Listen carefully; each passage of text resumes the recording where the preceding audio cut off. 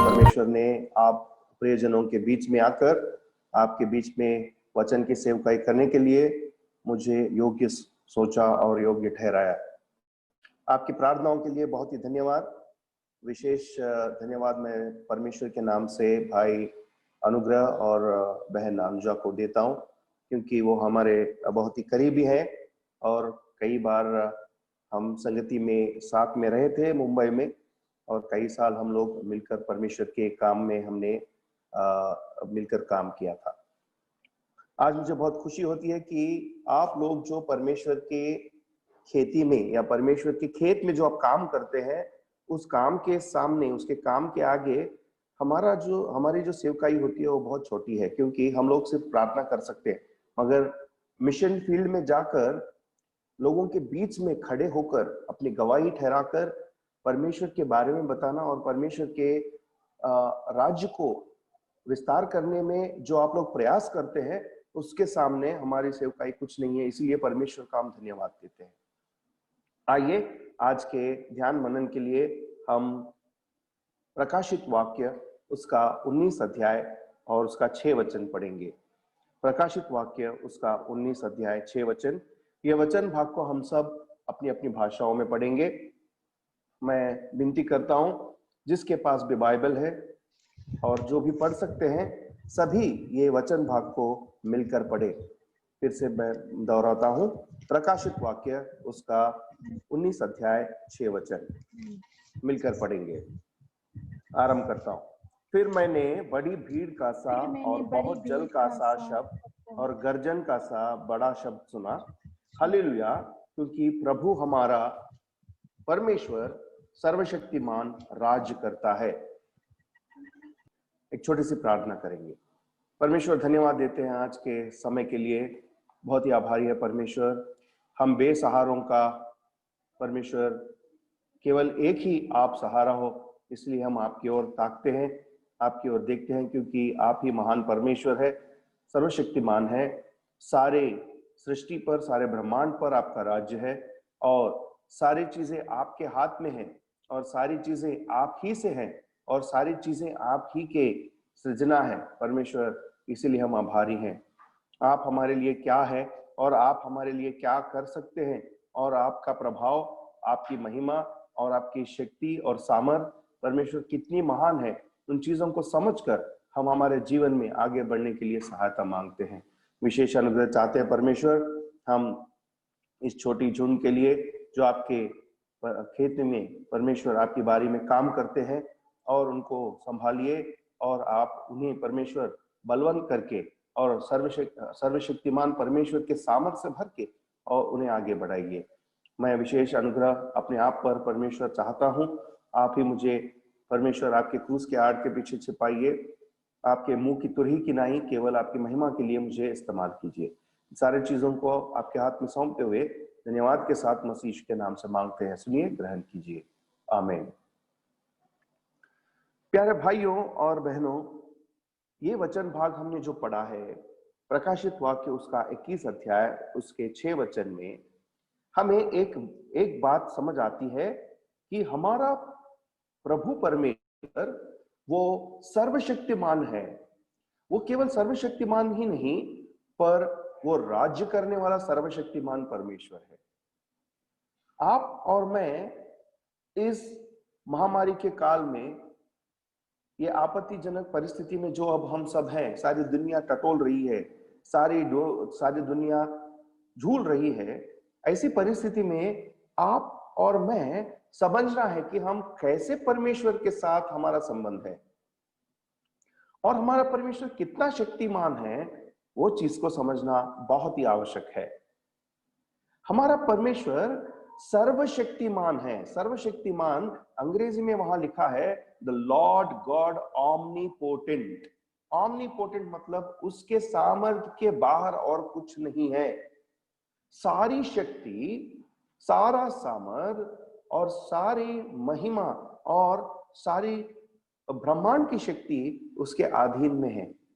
जब आप और मैं इस बात को समझते हैं तो हमारे परमेश्वर के सामने हम आगे बढ़ने वाले लोग हो जाते हैं, ना डरने वाले लोग हो जाते हैं, और हम खुशी खुशी हर परिस्थिति में परमेश्वर को धन्यवाद देते हुए आगे बढ़ने वाले हम सैनिक के नाई बन जाते हैं।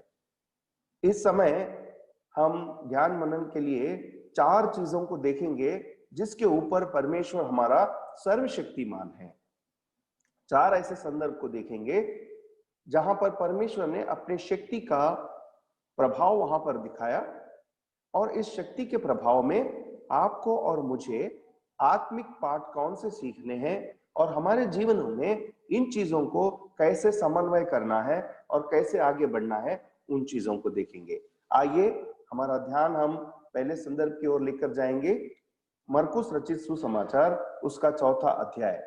मरकुस रचित सुसमाचार उसका 4था अध्याय 35 वचन से मैं पढ़ता हूं। आप भी अपने बाइबलों में देखिए, मैं पढ़ता हूं, आप देखिए। मरकुस रचित सुसमाचार 4था अध्याय 35 वचन। उसी जब सांझ हुई तो उसने चेलों से कहा, आओ हम पार चले, और वे भीड़ को छोड़कर जैसा वह था वैसा ही उसे नाव पर साथ ले चले, और उसके साथ और भी नावें थी। तब बड़ी आंधी आई और लहरें नाव पर यहां तक लगी कि वह पानी से भर जाती थी, पर वह आप पिछले भाग में गद्दी पर सो रहा था। तब उन्होंने उसे जगाकर उससे कहा, हे गुरु, क्या तुझे चिंता नहीं है कि हम नष्ट हुए जाते हैं? तब उसने उठकर आंधी को डांटा और पानी से कहा, शांत रह, थम जा। और आंधी थम गई और बड़ा चैन हो गया। उसने उनसे कहा, तुम क्यों डरते हो? क्या तुम्हें अब तक विश्वास नहीं? वे बहुत ही डर गए और आपस में बोले, ये कौन है कि आंधी और पानी भी उसकी आज्ञा मानते हैं? ये पहले संदर्भ में हम देखते हैं कि यीशु मसीह एक समय पर अपने चेलों से कहते हैं, चलो हम इस नदी के उस पार चले। अगर वो समय को देखें तो वो सांझ का समय था, लगभग जब सूर्यास्तमय होता है वो समय है। वो समय में यीशु मसीह अपने चेलों से कहते हैं, चलो हम उस पार चलें। हमारे जीवनों में भी सांझ के समय कभी कभी हमको प्रयास करने की आवश्यकता पड़ती है। सांझ का समय ऐसा होता है जब एक व्यक्ति, एक इंसान थका मांदा चयन के लिए या नहीं तो विश्राम के लिए प्रयास करता है। हम सबको पता है, सवेरे से लेकर शाम तक, सांझ तक हम काम करते हैं, शाम में थोड़ा हम विश्राम करते हैं, उसके बाद खाना खाते हैं, प्रार्थना करते हैं, उसके बाद सो जाते हैं। अगर कोई हमें सांझ के समय थके मांदे जब हम होते हैं कोई काम बताता है तो हम चिढ़ जाते हैं, गुस्सा आता है, क्योंकि हम बोलते हैं, भाई बहुत ही थके हुए हैं, अभी क्या काम बता रहे हो?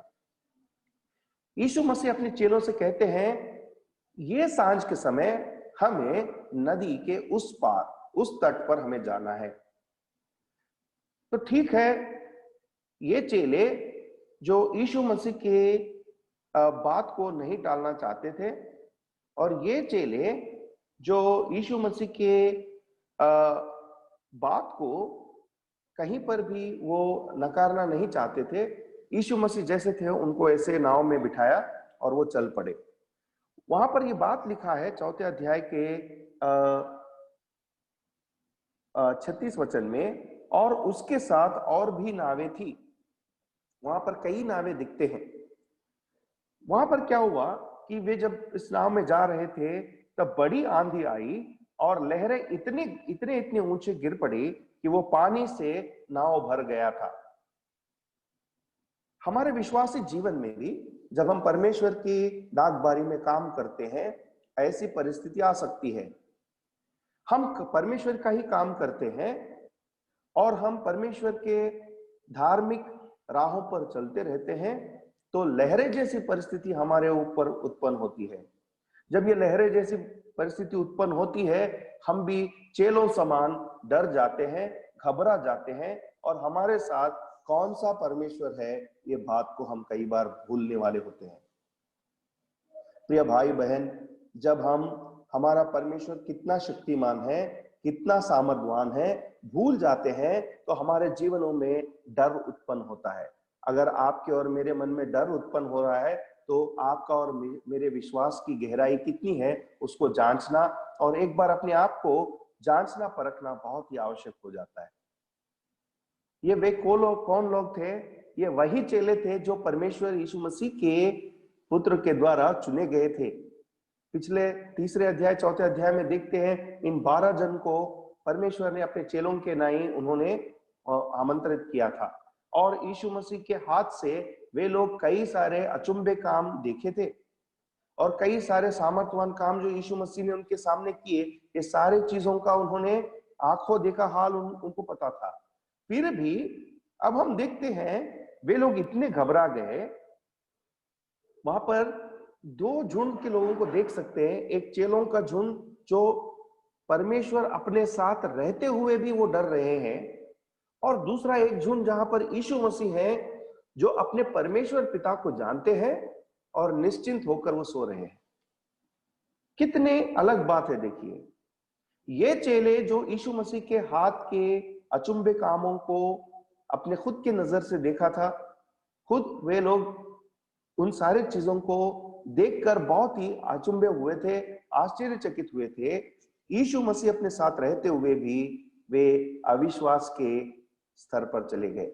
देखिए, एक बार उनका रवैया देखिए, जहां पर यीशु मसीह उनको कहते हैं 40वें वचन में, तुम क्यों डरते हो? क्या तुम्हें अब तक विश्वास नहीं? अगर ये प्रश्न परमेश्वर आपसे और मुझे पूछते हैं तो हमारा जवाब क्या होता है? परमेश्वर के डाक बारे में जब हम काम करते हैं, ऐसे आंधी और तूफान और लहरें जैसी परिस्थिति जब आती है, तो हमारा हियाव क्या हो जाता है? हमारा विश्वास क्या हो जाता है? क्यों हमारा विश्वास हिलता है? क्योंकि हम कितने सामर्थवान परमेश्वर के संबंधी हैं हम ये भूल जाते हैं, इसलिए हमें हमारे अंदर डर उत्पन्न होता है। यीशु मसीह निश्चिंत होकर उस नाव के पिछले हिस्से में पिछले भाग में गद्दी पर सो रहे थे। क्यों सो रहे थे? किसने इन चेलों को नाव में उस पार जाने के लिए आज्ञा दी? जब यीशु मसीह ने खुद दी थी, क्या यीशु मसीह को पता नहीं था कि आंधी आने वाली थी, तूफान आने वाला था, बड़ी बड़ी लहरें आने वाली थी? क्या ये यीशु मसीह को पता नहीं था? पता था। फिर भी जब यीशु मसीह खुद कहते हैं कि तुम उस पार चलो, ये चेले जो विश्वास परमेश्वर के ऊपर रखना चाहिए था, विश्वास को छोड़कर डरने लगे। यही बात हम पतरस के जीवन में भी देखते हैं। जब यीशु मसीह पानी के ऊपर चलते हुए उनके पास आते हैं, तो पतरस कहता है, परमेश्वर अगर आप हो तो मुझे आज्ञा दो कि मैं इस पानी पर चलते आपके पास आऊं। जब तक पतरस विश्वास के साथ उस पानी पर चलता जा रहा था और यीशु मसीह को देख रहा था, वो कोई भी इंसान नहीं किया होगा पानी पर चलना, इतना बड़ा काम पतरस किया। जब वो आंधी और तूफान को देखा तभी वो नहीं डूबा, मगर जब आंधी, वहां पर लिखा हुआ है, जब वो आंधी और तूफान को देखा और डर गया, वो डूबने लगा। प्यारे भाइयों और बहनों, जब भी हम अविश्वास के साथ हम डरने लगते हैं, डूबने वाले विश्वासी बन जाते हैं। परमेश्वर नहीं चाहता, जो हमारा सर्वशक्तिमान परमेश्वर है, सारे ब्रह्मांड के ऊपर उसकी शक्ति और सामर्थ्य है, और ये परमेश्वर जो सारे चीजों को अपने हाथों में रखा हुआ है और अपने हवाले किया हुआ है, ऐसा परमेश्वर नहीं चाहता कि आप और मैं डरने वाले विश्वासी हों और डूबने वाले विश्वासी हों। वहां पर देखते हैं, वो कहता है, वे लोग चेले आकर यीशु मसीह से कहते हैं, उन्हें जगा कर कहते हैं, हे गुरु, क्या तुझे चिंता नहीं कि हम नष्ट हुए जाते हैं? हमारा परमेश्वर हमें नष्ट में डालने के लिए हमें काम नहीं सौंपता, और हमें नष्ट में डालने के लिए हमें कुछ काम नहीं सौंपता। हम डर जाते हैं। क्या उन सारे चेलों को पानी में डुबोने के लिए परमेश्वर यीशु मसीह ने उनको नाव में जाने के लिए कहा? नहीं। यीशु मसीह बखूबी जानते थे कि जब ये नाव में आगे जाएंगे वहां पर ये लहरें आने वाली हैं, आंधी आने वाला है और पानी से नाव भरने वाला है। और एक बात अगर हम देखें यहाँ पर, वहां पर कई सारे नावें थी, सारे नावों पर पानी नहीं गिरा, वहां पर नहीं लिखा है। वहां पर लिखा हुआ है कि ये जो नाव में थे वो नाव पानी से भर गई। जब हम धार्मिकता के मार्ग पर चलते हैं, जब हम विश्वास के मार्ग पे चलते हैं, तो हमें परखने के लिए आंधी जैसी परिस्थिति और तूफान जैसी परिस्थिति, लहरों जैसी परिस्थिति हम विश्वासियों पर ही आती है।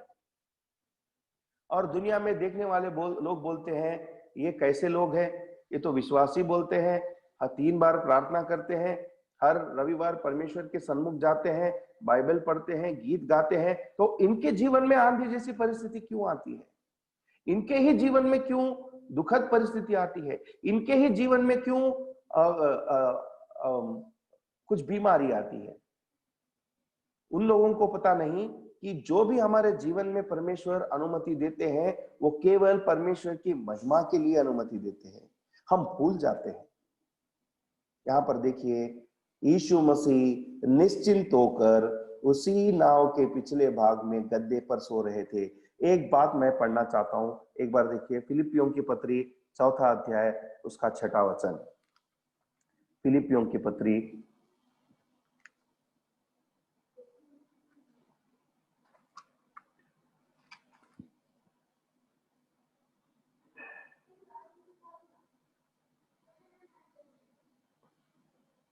फिलिपियों की पत्री 4 अध्याय 6 वचन को एक पढ़िए।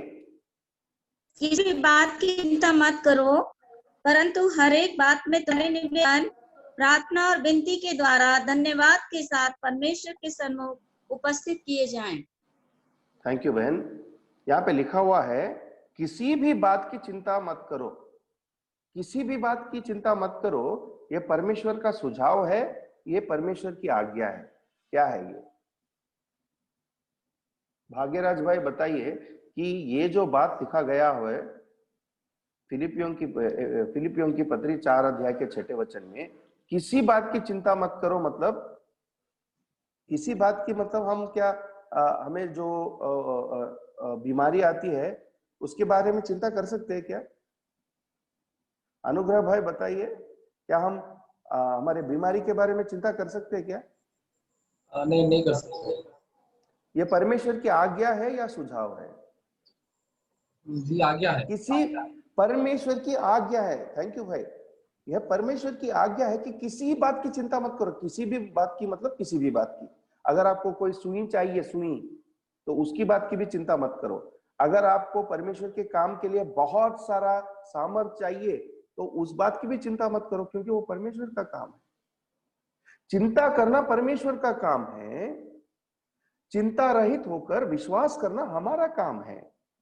हम क्या करते हैं? उल्टा करते हैं। परमेश्वर जो चिंता कर रहे हैं, परमेश्वर की चिंता भी हम ही करते हैं। परमेश्वर ने मेरे जीवन में ऐसी परिस्थिति को अनुमति दी, क्या मैं ऐसी परिस्थिति से उभर के बाहर आऊंगा? क्या मैं बच जाऊंगा? क्या मुझे कुछ राहत मिलेगी? क्या मुझे कुछ सामर्थ मिलेगा? क्या हम चिंता करने वाले लोग आ जाते हैं। जब परमेश्वर खुद हमारे बारे में चिंता करता है तो आपको और मुझे चिंता करने की आवश्यकता क्या है? यहाँ पर ये चेले कहते हैं, मरकुस रचित सुसमाचार 4 अध्याय के 38 वचन में, हे गुरु, क्या तुझे चिंता नहीं है? अगर परमेश्वर को चिंता नहीं होती तो यीशु मसीह उस नाव में चेलों के साथ नहीं होते। यीशु मसीह उठकर उन्होंने उस आंधी को डांटा और पानी से कहा, शांत रहे, थम जा। तुरंत हम देखते हैं परमेश्वर के सामर्थ को और शक्ति को देखते हैं, और आंधी थम गई और बड़ा चैन सा हो गया। सिर्फ उसके मुंह के वचन के द्वारा हम देखते हैं कि उतनी बड़ी आंधी जिसके लहरें पानी से उस नाव को भर दी, वो शांत हो गई। आंधी थम गई और बड़ा चैन हो गया। पहली बात आपको और मुझे समझना है, कि हमारा प्रभु परमेश्वर सर्वशक्तिमान है, मतलब सारे सृष्टि पर वो सर्वशक्तिमान है, सारी सृष्टि पर वो सर्वशक्तिमान है, इसलिए हमें डरने की कोई आवश्यकता नहीं है। सारी सृष्टि पर वो सर्वशक्तिमान है। सिर्फ उसके मुंह के बातों से, उसके मुंह से निकलने वाले हर वचन से सारे ब्रह्मांड को वो अपने अधीन में रखा हुआ है। जब आप और मैं इस बात को समझते हैं तो हम निडर होकर, विश्वासी होकर परमेश्वर के काम में आगे बढ़ने वाले होते हैं।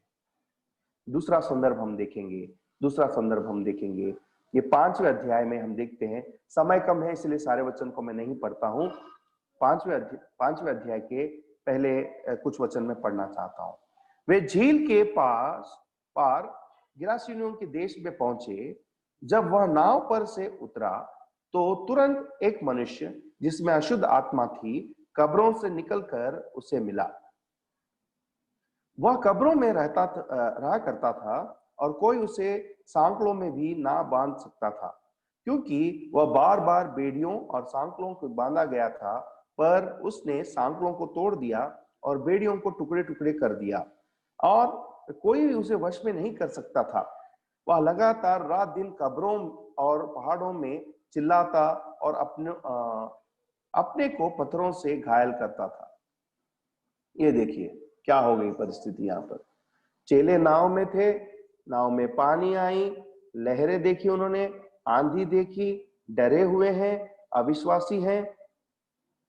तो इनका रवैया देखिए, ये अविश्वासी है।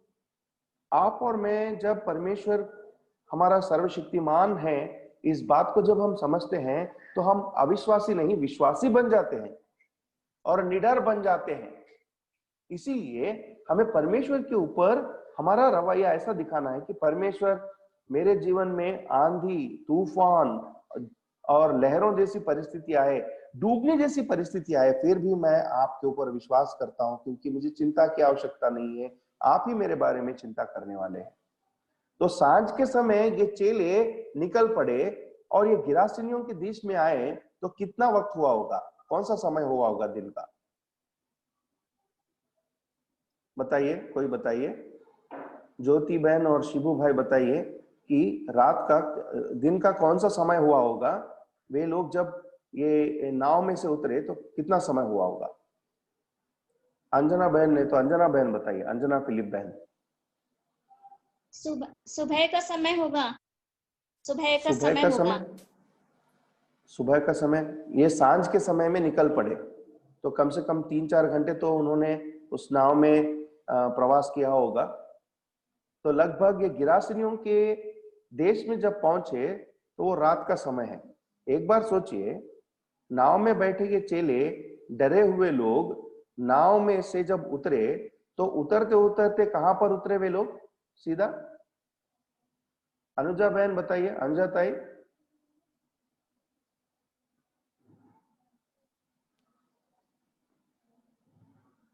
कहां पर उतरे वे लोग? उतरने का जगह कहां था?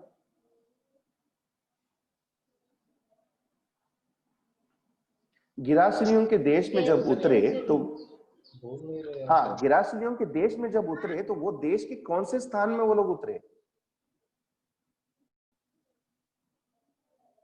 कौन से स्थान में उतरे वे लोग?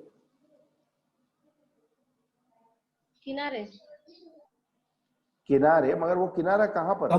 कब्र का स्थान, कब्र का स्थान था। एक बार सोचिए, एक विश्वासी के जीवन में आंधी और तूफान जैसी परिस्थिति आई है, वो डर गया है, तुरंत उसके बाद कब्रिस्तान जैसी परिस्थिति आती है, तो उसकी परिस्थिति कैसी होगी? ये चेले परमेश्वर यीशु मसीह के साथ वो नाव में थे, डर गए हैं, कांपते हुए वे लोग बैठे हैं वहां पर। परमेश्वर यीशु मसीह ने उन लोगों को उस नाव में उस आंधी और तूफान से बचाया और गिरासेनियों के देश में लेकर आया।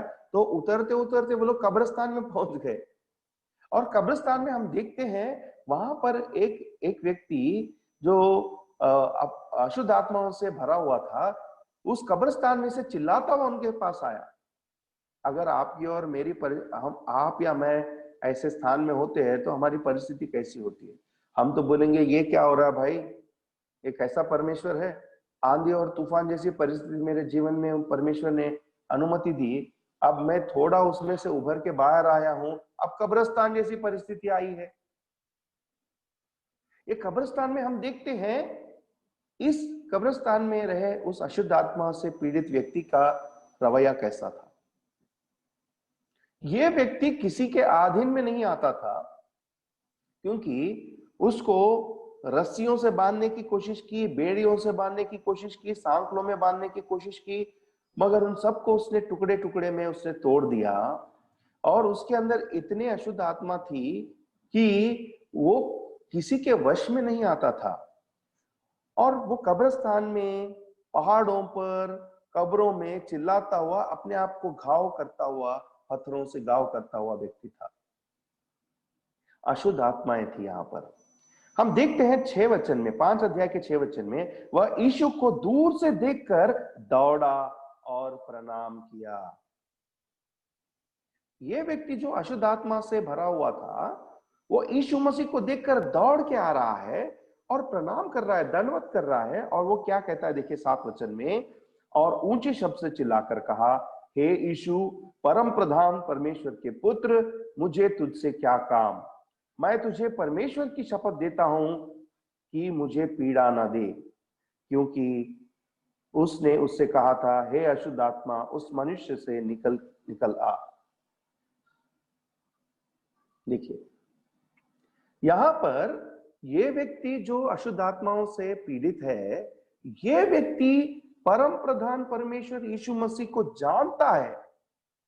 इसीलिए यीशु मसीह को देखते ही वो दौड़ कर आया, प्रणाम किया और कहता है, हे यीशु, परम प्रधान परमेश्वर के पुत्र।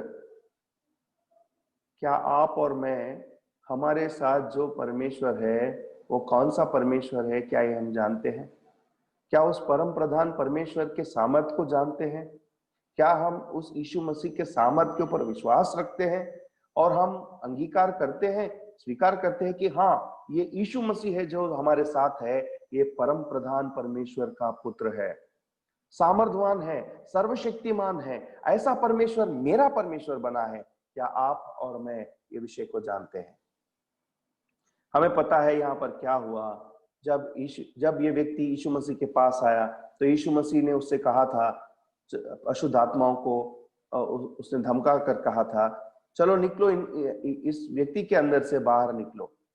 तो वे लोग कहते हैं, ये वो कहता है, देखिए 9 वचन पढ़ता हूं मैं। उसने उससे पूछा, तेरा क्या नाम है?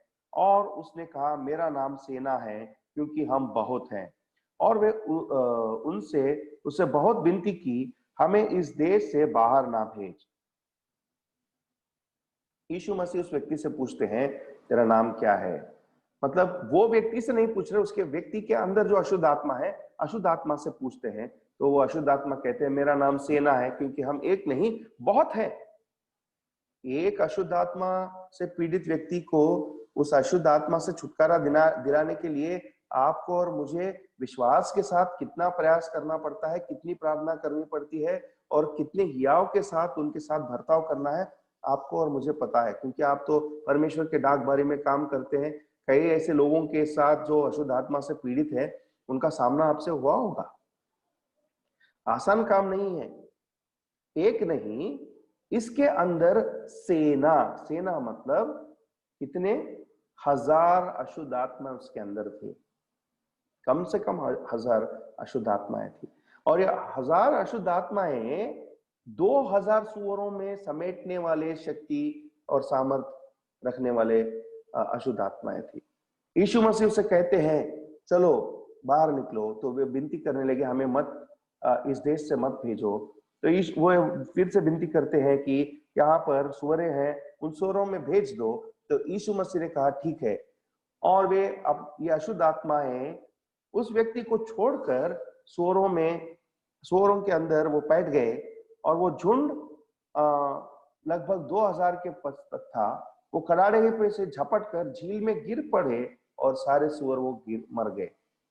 वहां पर देखते हैं, उसके बाद 15 वचन में हम देखते हैं, 15 वचन में हम देखते हैं, बहुत अच्छा बात लिखा हुआ है। देखिए, यीशु के पास आकर वे उसको जिसमें दुष्ट आत्माएं थी, अर्थात जिसमें सेना समाई हुई थी, कपड़े पहने और सचेत बैठे देखकर डर गए। ये व्यक्ति जो अपने आप को घाव करता था, ये व्यक्ति जो सेना जैसे अशुद्ध आत्मा से पीड़ित था, और ये व्यक्ति जो पहले पहाड़ों पर और कब्रों में चिल्लाता हुआ अपने आप को पत्थरों से घाव करता हुआ व्यक्ति, यहाँ पर देखते हैं सचेत होकर, कपड़े पहनकर शांत बैठा हुआ है, क्योंकि ये परमेश्वर यीशु मसीह के सामर्थ और शक्ति को जानता है। हमें यहाँ पर यह पता चलता है कि यीशु मसीह हमारा परमेश्वर है, वो सारे सृष्टि के ऊपर ही सर्वशक्तिमान नहीं, सारे दुष्ट आत्माओं पर भी वो सर्वशक्तिमान है। तीसरी बात हम देखते हैं, देखिए 5 अध्याय के 25 वचन में मैं पढ़ता हूं, आप देखिए। एक स्त्री थी जिसको 12 वर्ष से लहू बहने का रोग था। उसने बहुत वैद्य से बड़ा दुख उठाया और अपना सब माल व्यय करने पर भी उसे कुछ लाभ न हुआ, परंतु और भी रोग हो गई थी। वह यीशु की चर्चा सुनकर भीड़ में उसके पीछे से आई और उसके वस्त्र को छू लिया, क्योंकि वह कहती थी, यदि मैं उसके वस्त्र ही को छू लूंगी तो चंगी हो जाऊंगी। यहाँ पर एक रोगग्रस्त स्त्री है जिसको लहू बहने वाला रोग था और 12 वर्ष से वो पीड़ित थी। यहाँ पे लिखा हुआ है, शायद ये बहुत ही धनी स्त्री थी, हमें पता नहीं, मगर यहाँ पर जो वचन लिखे हुए हैं उससे हमको ये समझ आता है कि कई वैद्यों के पास गई थी और कई वैद्य उसको शायद बहुत ही नुकसान पहुंचाए, क्योंकि एक जन बोला होगा एलोपैथी मेडिसिन बहुत अच्छा है, इंजेक्शन पे इंजेक्शन, सिरिंज पे सिरिंज और सलाइन पे सलाइन, कैप्सूल पे कैप्सूल, टॉनिक पे टॉनिक, क्या दिया पता नहीं, उसको कुछ नहीं हुआ। और किसी ने बताया होगा ये एलोपैथी से कुछ नहीं होगा, होम्योपैथी के पास जाओ। होम्योपैथी के पास गई, वहां पे कितने पैसे खर्च किए हमको पता नहीं, वहां पर भी नुकसान हुआ। किसी ने बोला आयुर्वेदिक पे पास जाओ, आयुर्वेद पे गई, आयुर्वेद में भी कुछ भी नहीं हुआ। यूनानी मेडिसिन पे गई, वहां पर भी कुछ नहीं हुआ। और चमनप्राश खाया, क्या खाया हमको पता नहीं, वहां पे लिखा है उसका सब कुछ जो माल था वो व्यय हो गया। मतलब ये अमीर स्त्री अभी गरीब हो गई, भिखारिन जैसी हो गई, पर उसकी जो समस्या थी उसका समाधान नहीं मिला।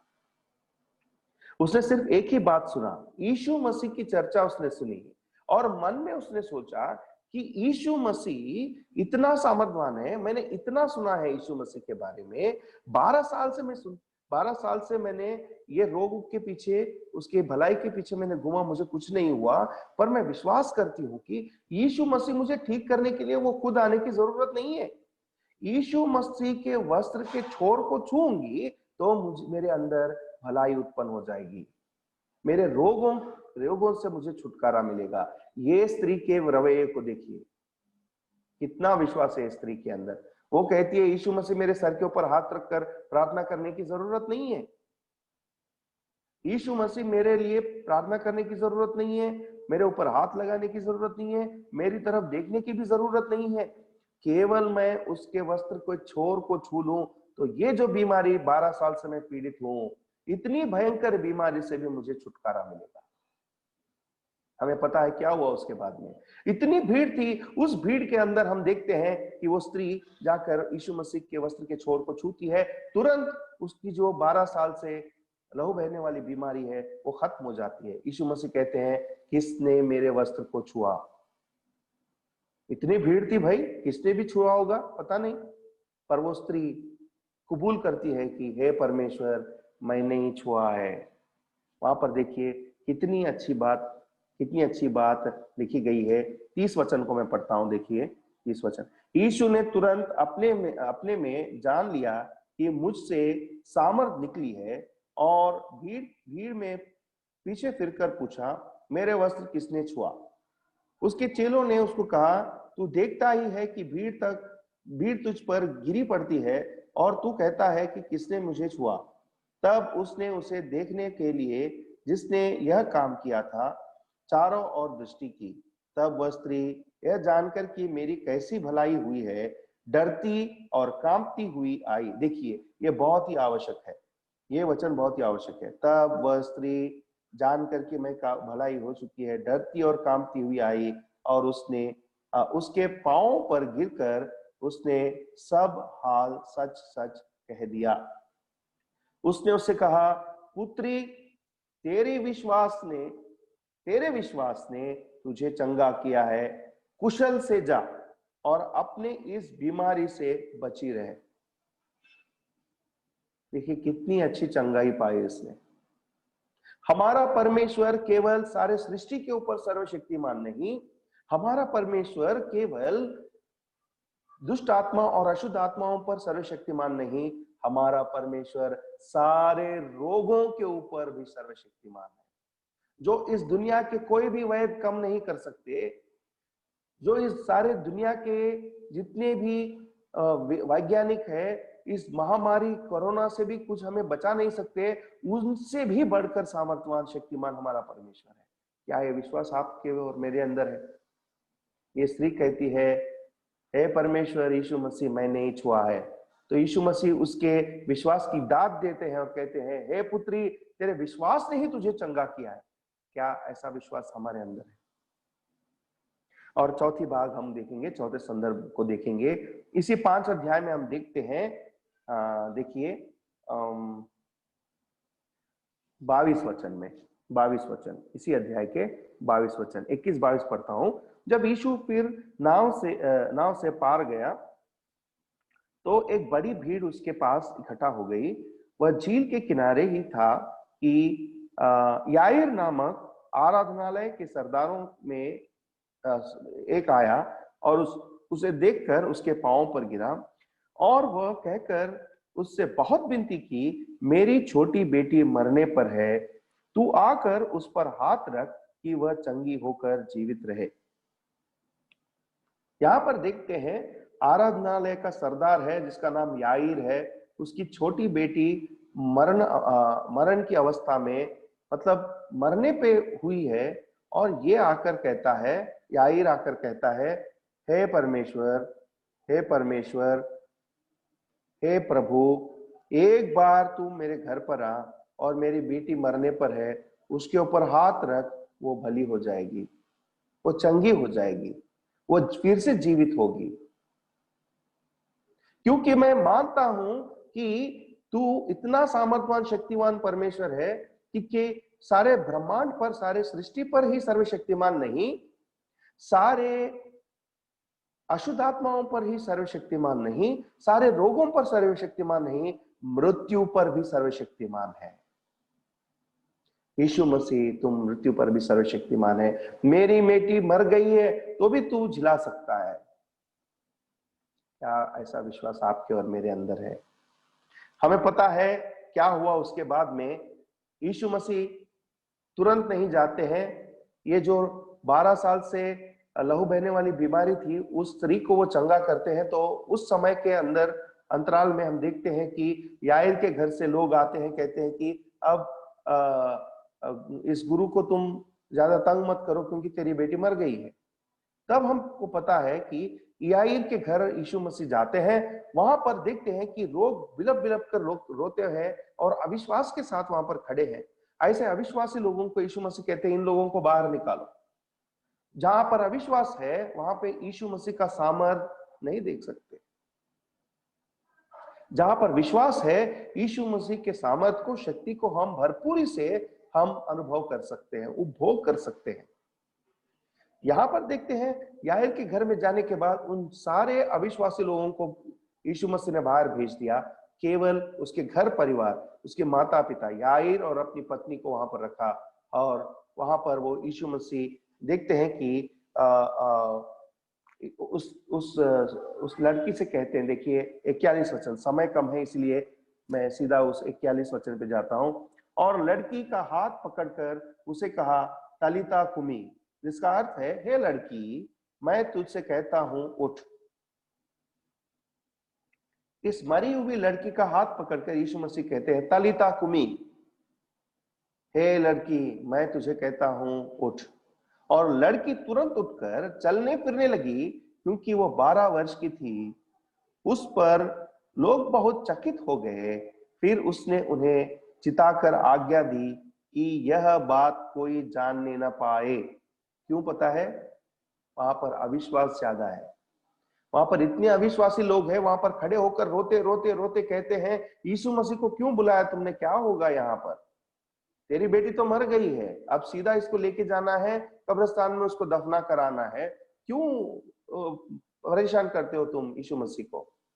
अविश्वास की जगह पर परमेश्वर का सामर्थ का अनुभव हम नहीं कर सकते। जहां पर विश्वास है, हमारा विश्वास कितना होना चाहिए? परमेश्वर का वचन कहता है, राई के दाने के समान हमारा विश्वास हो तो हम पहाड़ को उठकर समंदर में गिरने पर बोले तो वो होगा।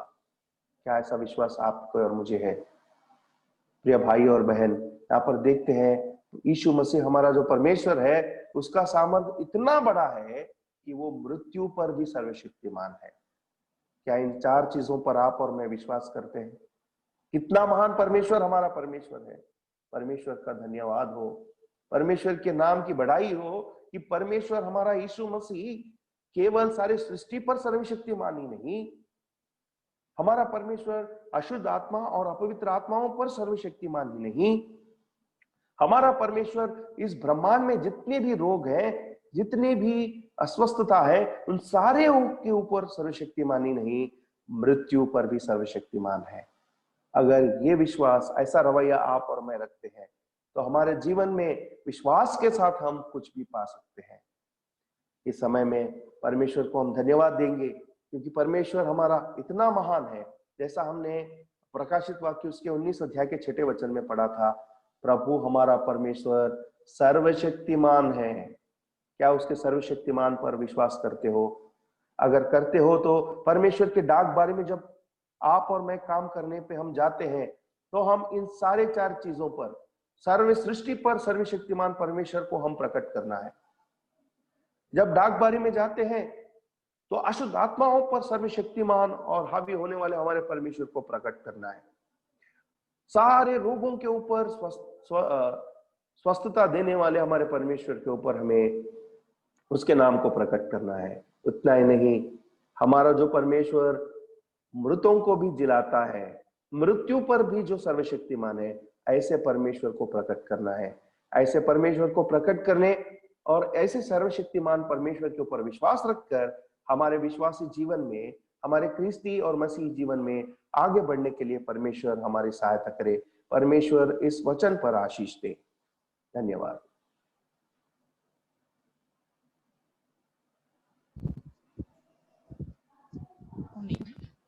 Praise the Lord. प्रभु को धन्यवाद देते हैं, भाई एबनेजर हमारे बीच में आए अपना समय निकाल के और हमारे बीच में परमेश्वर के वचन को बांटा। हमने बहुत ही सुंदर सा वचन हमने सुना आज कि हमारा परमेश्वर सर्वशक्तिमान परमेश्वर है और वो सारे सृष्टियों के ऊपर सर्वशक्तिमान परमेश्वर है, दुष्ट आत्माओं के ऊपर वो सर्वशक्तिमान परमेश्वर है और सारी बीमारियों को ठीक करने की और उसके ऊपर जो सर्वशक्तिमान परमेश्वर है, और मृत्यु को भी, मरे हुए जाहिर की बेटी को भी प्रभु यीशु मसीह ने जिलाया, ऐसा सर्वशक्तिमान परमेश्वर है। धन्यवाद देते भाई एबनेजर के लिए, उनकी सेवकाई के लिए, उनका समय के लिए। और रिक्वेस्ट करते हैं, अगर आपको फिर से दोबारा कभी मौका मिले तो हम जरूर चाहेंगे कि हमारे बीच में आप आए और परमेश्वर के वचन से बांटे। बहुत बहुत धन्यवाद। Thank you very much. Praise the Lord. Praise the Lord. Praise the Lord brother. Praise the Lord. भाई हम प्रार्थना में जाएंगे, बारी बारी करके हम लोग प्रार्थना करेंगे और भाई एबनेजर के लिए भी प्रार्थना में याद कीजिएगा और रमेश भाई के लिए भी प्रार्थना में याद कीजिए। उनका पेट में कुछ प्रॉब्लम